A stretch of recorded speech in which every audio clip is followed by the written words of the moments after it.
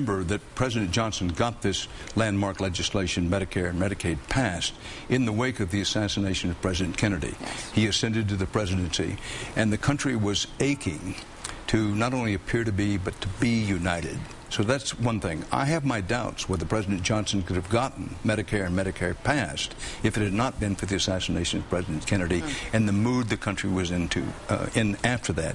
Then the second thing, that there was political warfare, and a kind of no-holds-barred political warfare, but nothing like the polarization in Washington and nothing like the polarization in the country existed at that time. Really? And I always think that, I look at the polarization we have now and I think, every generation must think that they're the most polarized time ever. You think we are actually worse? I think we are. This is the most polarized the country has been, certainly since the 1960s over the Vietnam War, and I think even more so than then. And the Washington is unquestionably more polarized. That Lyndon Johnson got Medicare and Medicaid passed, given the special circumstance in the wake of President Kennedy's assassination, but he did so with some Republican support. That's right. But the Republican Party was almost totally different. You had three wings of the Republican Party. Lyndon Johnson was dealing with. You had the liberal Republicans, and they would call that people like Jake Javits, the senator from New York.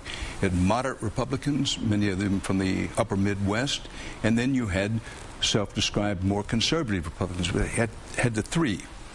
That made it a totally different situation than today. The Republican Party was not completely, totally united against it. It was in the main united against it, but you see the difference.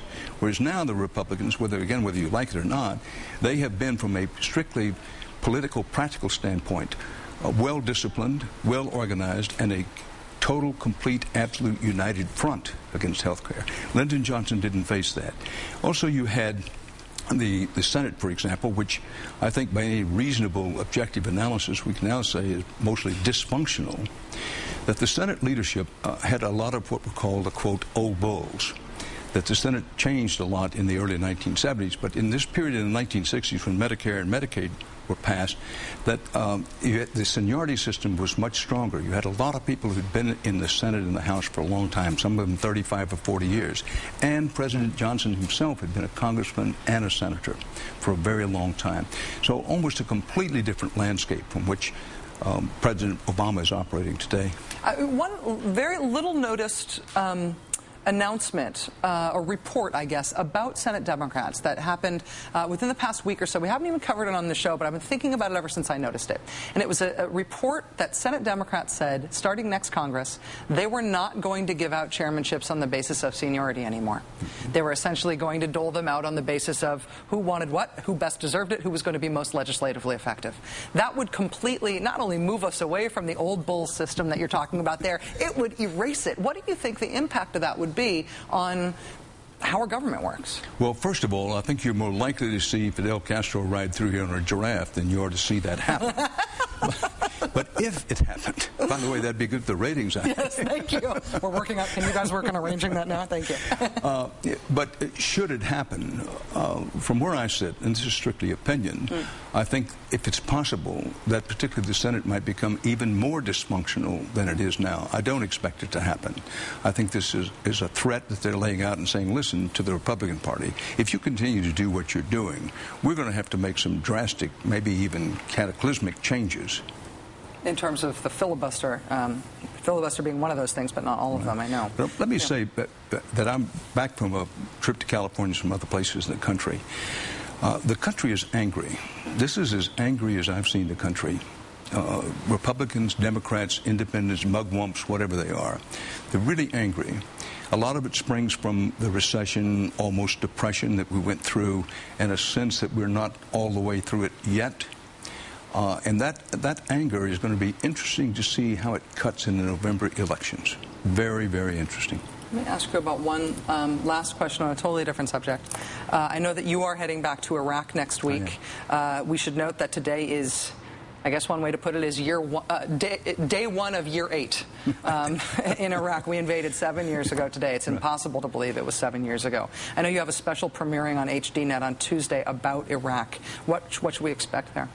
Well, we went to see whether the drawdown was beginning, and indeed it is, what you're going to see in our program Tuesday, and I think you'll hear more about, we're beginning to draw down. You know, the president has said by August we're going to go from 96,000 troops to 50,000 troops.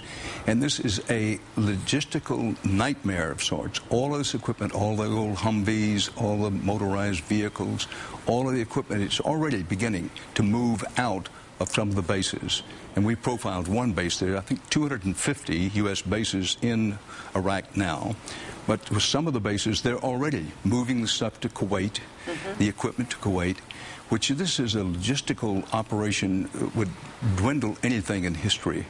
Hannibal over the Alps, Alexander going deep into Southeast Asia, it dwarfs it. And it says a lot about our military, that they are able to do this kind of operation. But it's beginning. We've talked for these many years. When are we going to draw down? When are we going to pull out?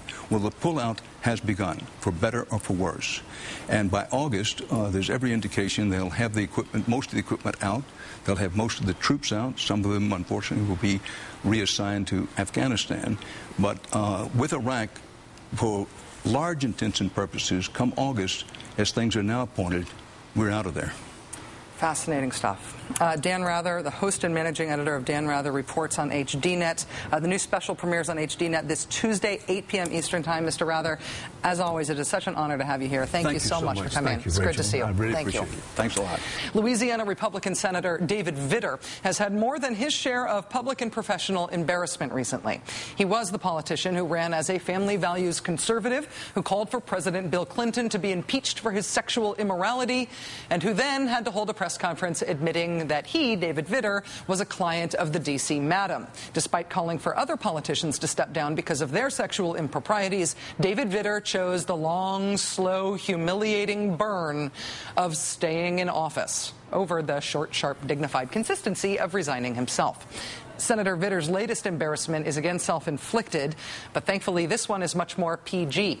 Several popular websites that try to look like journalism, the Drudge Report, one of Drudge acolyte Andrew Breitbart's website, and Politico.com, today published a memo that was attributed to the Democratic Party. It was supposedly an internal Democratic memo that spilled all sorts of damaging details of things that Democrats wanted to keep secret from the public about health reform. Top House Republican John Boehner sent it to reporters. Republican Congressman Eric Cantor sent out an "oh my God, everybody panic" email blast to his supporters, highlighting this horrible, horrible, horrible Democratic memo. Thankfully, Talking Point's memo committed actual journalism on this story and found that no Democrats would confirm that the memo was real. And in fact, Democrats believed this was a hoax, which does seem conceivable given that the memo was full of Republican talking points and it had a big, ostentatious draft stamped on the top of it like it's 1977 or something, and we just got this thing out of the typing pool and I got to get my rubber stamps for it. Thanks, girls. Drudge and Politico took their breathless stories about the memo down. Politico even forced to admit that they were given the memo by Republican sources and that they did not bother to verify its origin before they credulously printed it. Even Congressman Cantor forced to walk back from the story in a press conference today. Look, the appropriate question there really is ask the reporter who wrote the article alleging that it was a hoax. I know nothing more than what I read in Politico. Even as this apparent clumsy, dirty trick embarrassed everyone who helped it along or fell for it, Senator Serious Sin David Vitter in Louisiana is still trying to raise money off of this thing even after it has been discredited. Look at this from David Vitter's website.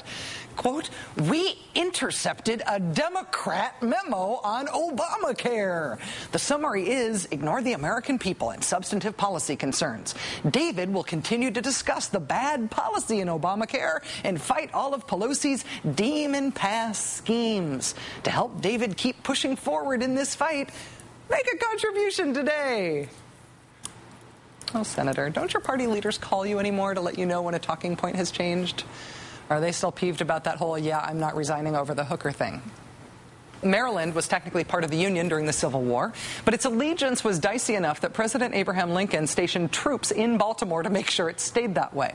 The state's song describes the Union occupation as the